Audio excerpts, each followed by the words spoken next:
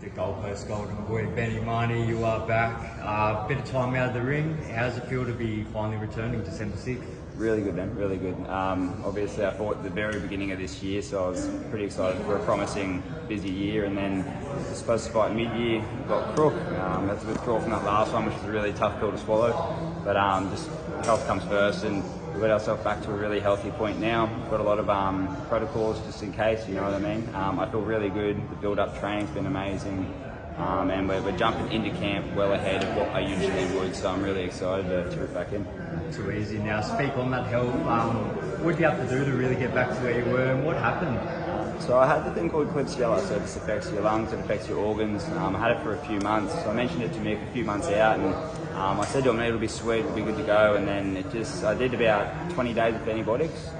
Come back, it's super susceptible to bacteria, and it came back, and I just tried to keep fighting through it. I ended up doing like 52 days of antibiotics straight, got off fight week, and then I ended up in hospital the night before weigh-in, and they were pumping me full of liquid antibiotics, and I got up, slept like 2 or 3 hours, went to the weight cut, tried to do it, and felt like hell, mate. So Josh took the choice to take me out of the fight, which I'm super grateful for. Woke up fight morning if I fought, and mate, I felt like I ran a marathon. My legs were cooked, I felt so sick, and you know, health comes first. So I want to make sure that I come out and perform. So Mick and Tasman were really good. They handled it really well, which I'm really grateful for. And we're running it back now, and we're healthy. And like I said, everything's in a row now, and I feel great, and we're ready to put on a really stellar performance.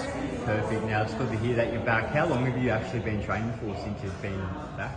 I'm trying to train all the way through. I had about 3-4 weeks off completely, just clearing my body away from the stuff. I got a naturopath on top of the antibiotics I was taking. So it was like the post-antibiotics that I needed the break, I guess. My body was a bit run down, so I probably had about a month off max, and then I've just been building slowly, just enjoying the training, enjoying the work, and building up responsibly. But again, now it's been 2 or 3 months where I've been full-fledged flying, so I feel great.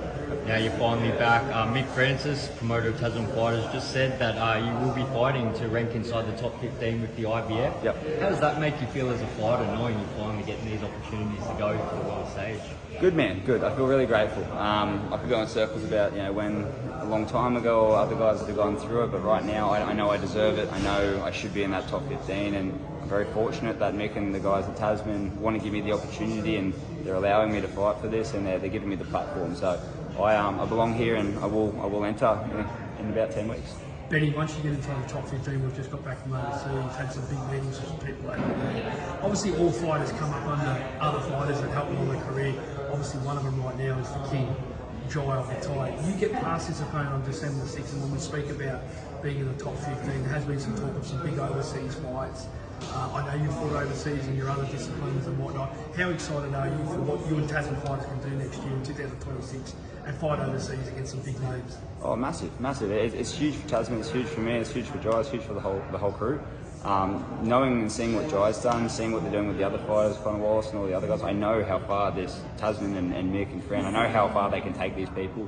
And I know these people are amazing athletes and fighters, and I know that they deserve to be there. So for me to earn my reps and earn my stripes, and I'll get through this person, there's no question in that. And then if I can go overseas and fight on the undercards for Jai and stuff like that, man, it's massive. It's all we ever dream of, yeah? Well, you're fighting on this card, I mean, Jai's the world champion and whatnot, but would you look to, say, go international, fight on like an overtime boxing, a PBC, pro box, look at some of the guys over there like Charles Conwell, for example? Like to go over and fight those kind of guys? Yeah. Mate, the goal is to fight the best to beat the best. So you can't rank and you can't be the best and make all the money and win all the belts unless you go and do that. So yeah, my goal from the start has been to fight, to break that top 15, and whoever's in that top 15 is in my way, and I'm coming for them all.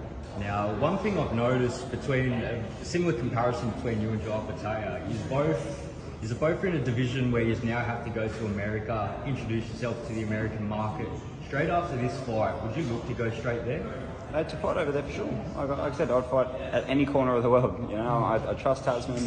I trust the team. I know who they are. They know who I am, and I know what I bring to the table and what I can do. And if the next fight is in, someone's backyard, or if it's in a massive stadium in the States, it doesn't matter. I will fight anywhere in the world. Now, who's the preferred champion you'd like to fight in the super welterweight division?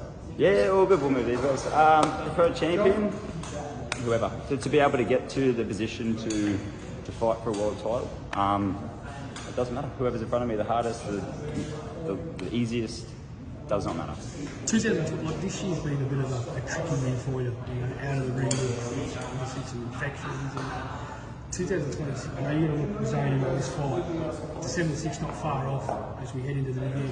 2026, do you feel is going to be your biggest and baddest year? You're going to devote yourself more in 2026 than you ever have before, based off the downs this year. Mate, it's always the same. From the day I started this, I've been up early, I've been in bed late. It's all I've ever dedicated my life to.